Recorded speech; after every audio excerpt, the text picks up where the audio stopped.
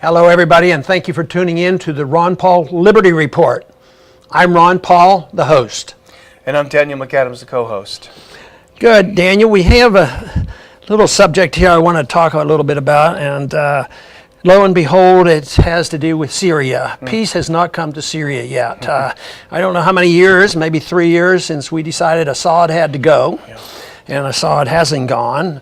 But you know what comes and goes? Are some of our supporters. You know, unfortunately, we've been following a neoconservative philosophy there that, we have to be involved. It's our responsibility.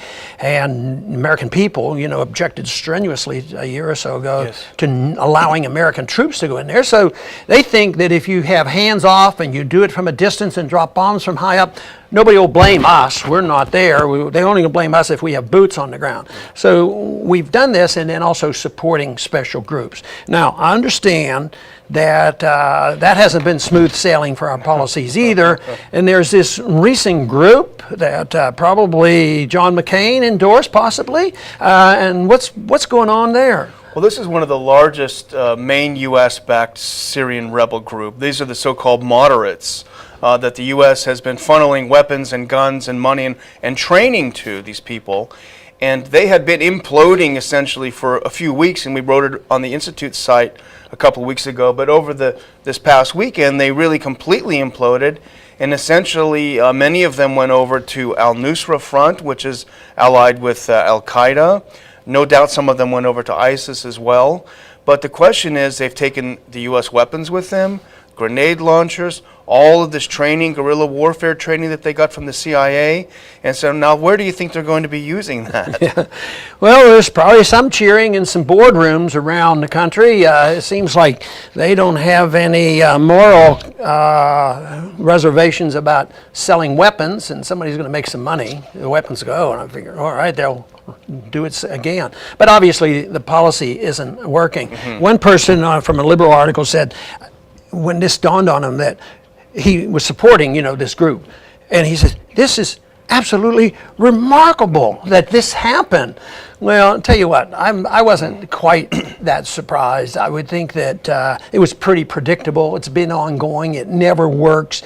And I think I've been using statements like this for 20 years or 30 years, that the weapons end up in the hands of our enemies and they're turned against us. And this looks like another one. I cannot see how people can stick with this position. And what is their answer?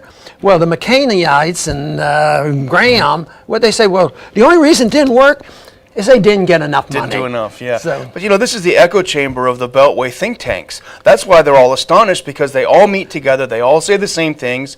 If anyone dares to think outside this box, he's got to be gotten rid of. It reminds me a few weeks ago, really the chief architect, in my opinion, of the overthrow Assad move was Ambassador Robert Ford, the U.S. ambassador to Syria. He's the one that first embraced these rebels. He's the first one to encourage the U.S. to recognize them as a legitimate government. And just a couple of weeks ago, he says, you know what, I've changed my mind. There's no way that arming these people, there's no real moderate rebels to speak of. Arming them makes no sense at all. And so here, how many thousands of people have died? Yeah, as bad as it is, and as much trouble as he's caused, if he's sincere about this and maybe change his attitude, this would be amazing, because he would separate himself from those who say, no, not only do we want to send more money in there, and because we can't trust these groups, we need more American troops there. And obviously there are people in Washington that want troops. I'm very fearful that we're going to see troops in there because the failures are going to continue. And they say, well, we can't trust these groups. Got to do something. Yeah, we have to do something. We have to make the world safe for democracy and bring about peace, get rid of Assad, get rid of Putin, and on and on. And I follow Ambassador Ford, former Ambassador Ford, on Twitter, and there was a fascinating exchange a few days ago where he admitted that these groups, while the U.S. was giving them arms, they were actively involved in fighting with ISIS and al-Qaeda. And he said, we warned them at the time. We knew they were doing it, yet they still gave it to him. So I don't think that Ford has come over to our side completely. His is more frustration that we didn't do as much. But at least he's not now saying we got to double our efforts. Okay, do you think that they would have the audacity that they, meaning the neocons and John McCain, that they say, well, maybe I'll just go over there and visit with these groups and I'll check them out.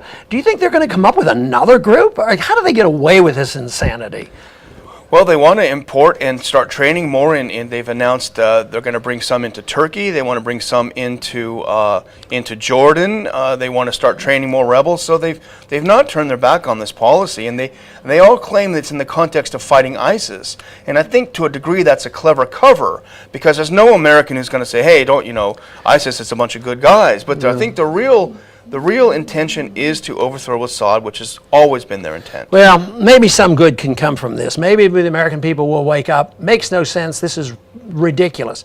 But the one thing that cuts it off is all they have to do is say, some Christians were beheaded, which is horrible. But they won't consider the fact that maybe our interventions there and giving the weapons and propping these people up had something to do with it. No, but the motivation will be, we have to do something. But what if they got to thinking about Sharia law? Yeah. And our very close friends in Saudi Arabia, and they chop off people's head for blasphemy, for religious reasons, religious belief, and yet namby-pamby goes along with them. 14 out of the 19 hijackers comes from Saudi Arabia. Boy, I'll tell you what, it just gives me reinforcement to say non-intervention is the way to go, and the American people, when it's truly offered, I think if you'd offer it to the American people, they would do it, except our leaders have just dug deep holes for ourselves, get us into trouble, and then the emotions get up and the patriotism come up and the whole thing, and nobody wants to back off. So anyway, I want to thank everybody for tuning in today to the Ron Paul Liberty Report, and come back soon.